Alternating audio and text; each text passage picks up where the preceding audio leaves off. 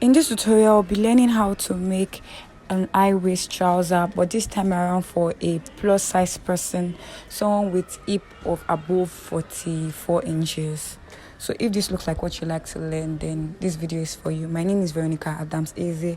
Welcome to Vera Adams YouTube channel.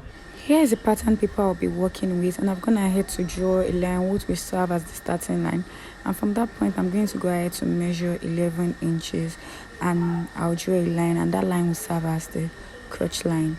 On this line, I'll go ahead to mark a quarter of the hip measurement, which is 12 inches. The hip measurement is 48 inches. 48 inches divided by 4 will give 12 inches, but because my client wants the trouser free, I'm going to go ahead to add 1 inch, making 13 inches. I'll go ahead to mark the same 13 inches on the starting line, which is the waistline, and then I'll go ahead to connect these 2 points together. Moving on to the waistline, I'm going to go ahead to mark a quarter of the waist measurement, which is 9.5 inches, and I'll go ahead to mark 1 inch for that. I'll then go ahead to connect it downwards as so. For the crotch extension, I'm going to go ahead to mark the thigh measurement divided by 2. That's how I get my crotch extension. So thigh measurement divided by 2 is 15 inches.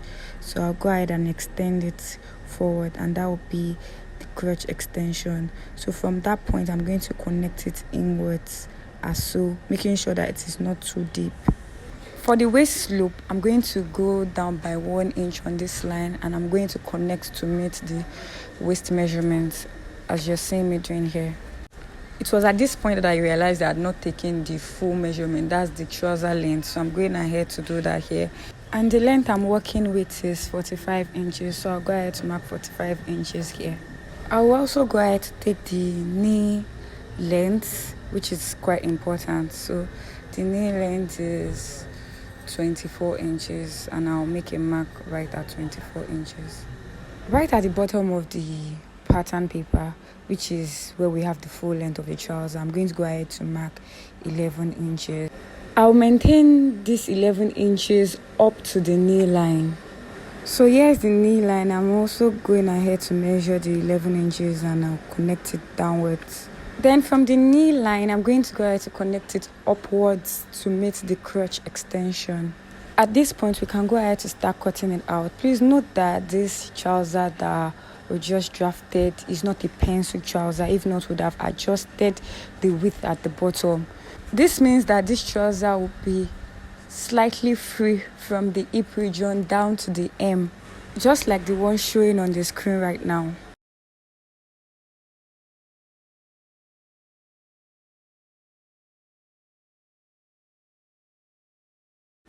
Now that we're done with the front cutting, we're going to move ahead to create the space for the pocket. So from the top, I've gone ahead to mark 1.5 inches, and from that point I'm marking 7 inches for the space for the pocket. So I'll go ahead to notch that part. I will then go ahead to use this pattern paper to cut out on the fabric. So here's the pattern paper and the African print that I'm using for this tutorial, and this is the front piece. I also went ahead to add 1/2 inch all around on the sides, and on the bottom I went ahead to add 1 inch for hemming the bottom part. So at this point, I've gone ahead to remove the pattern paper so that we can use this front piece of the fabric to cut out the back piece. I'm going ahead to indicate the wrong side from the right side. So I lost the video clip of how I was cutting the back piece, so let me quickly explain what I did here.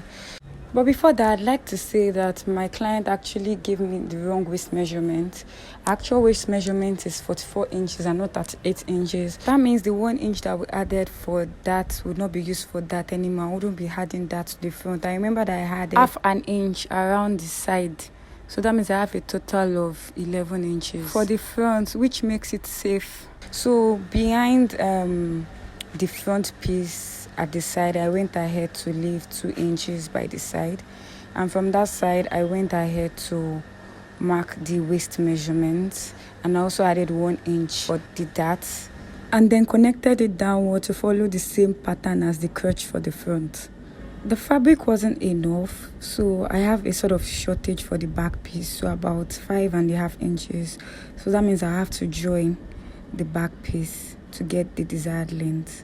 Because I'll be attaching lining to these trouser pieces, I've gone ahead to cut lining just a little below the crotch line. I've gone ahead to hem the down part of the lining pieces. The first thing to do is to start attaching these lining pieces to the fabric pieces. You know, we have 4 pieces for the fabric and 4 pieces for the lining, 2 for the front, 2 for the back. So I'm starting here with the front piece. Make sure that you place the wrong side of the lining to face the wrong side of the fabric. Note that we are not turning this out. You know, normally we'll do right side facing right side, but because we're not turning this inside out, it's just going to be on it.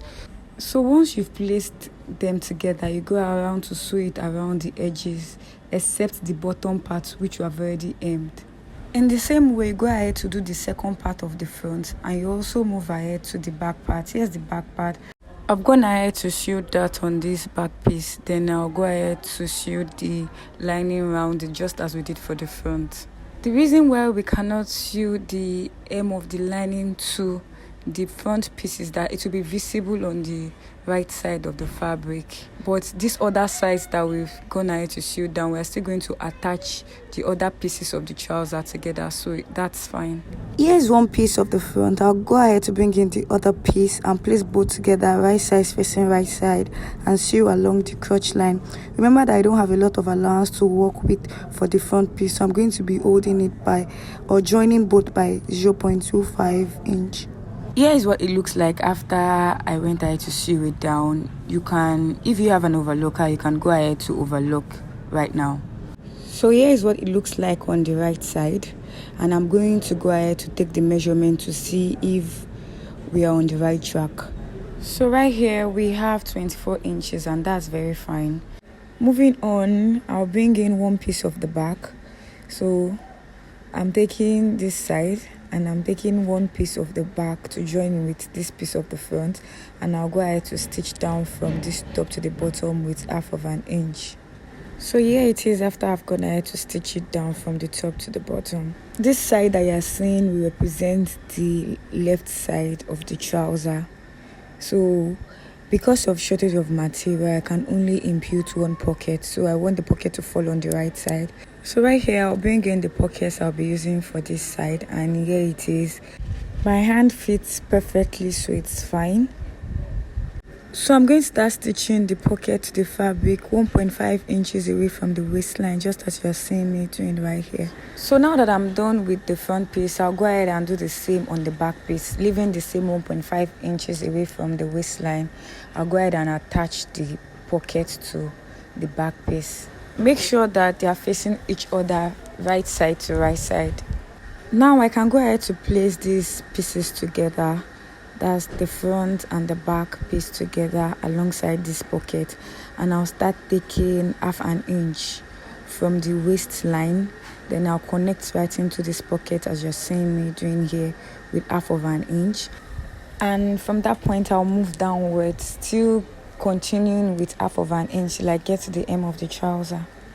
So this is what it looks like after I went ahead to stitch it down. And right here is the right side, so this is how the pocket will be looking, and to sit perfectly inside. Moving on, we're going to place the legs together. Yes, this part together, so, and then we'll join these two pieces together with 1/2 inch all around. So I'm bringing in the pin so as to hold this down before I go ahead to sew it on the machine. Remember, this represents the right side of the leg where the pocket falls, so we are going to go ahead to do the same for the left side, or the left leg rather. So we're going to join both front and the side pieces of the left side together, also from the hem of the trouser down to the crouch area.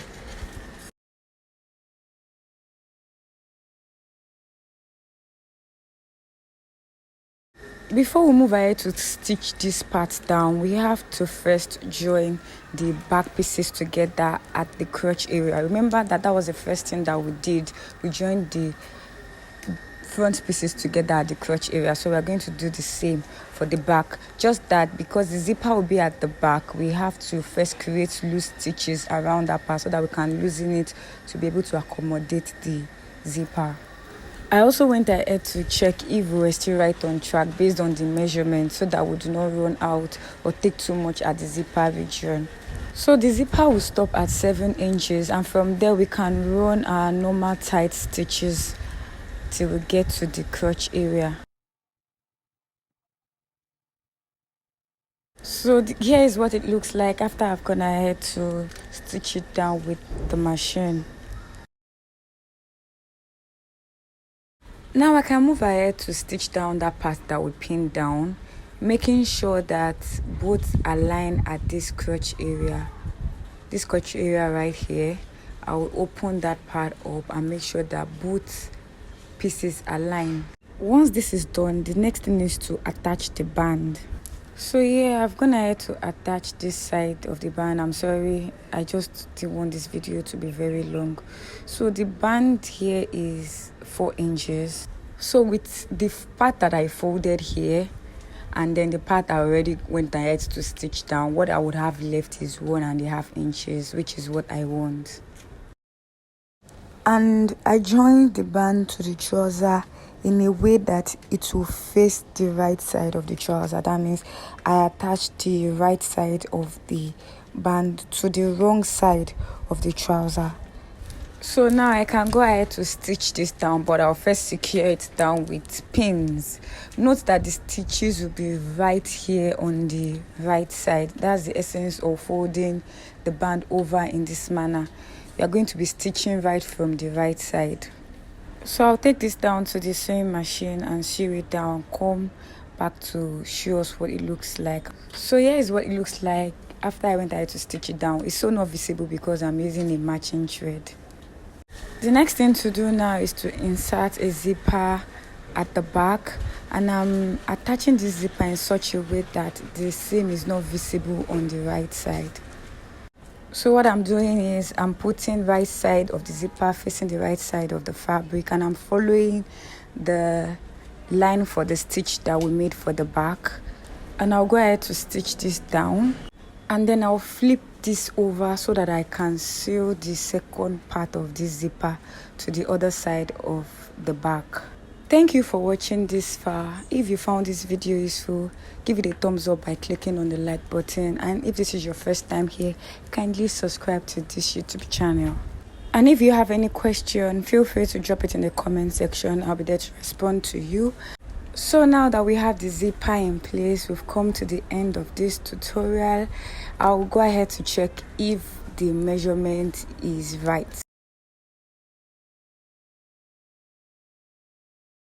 And yes, it is. I'll see you in my next one. Bye.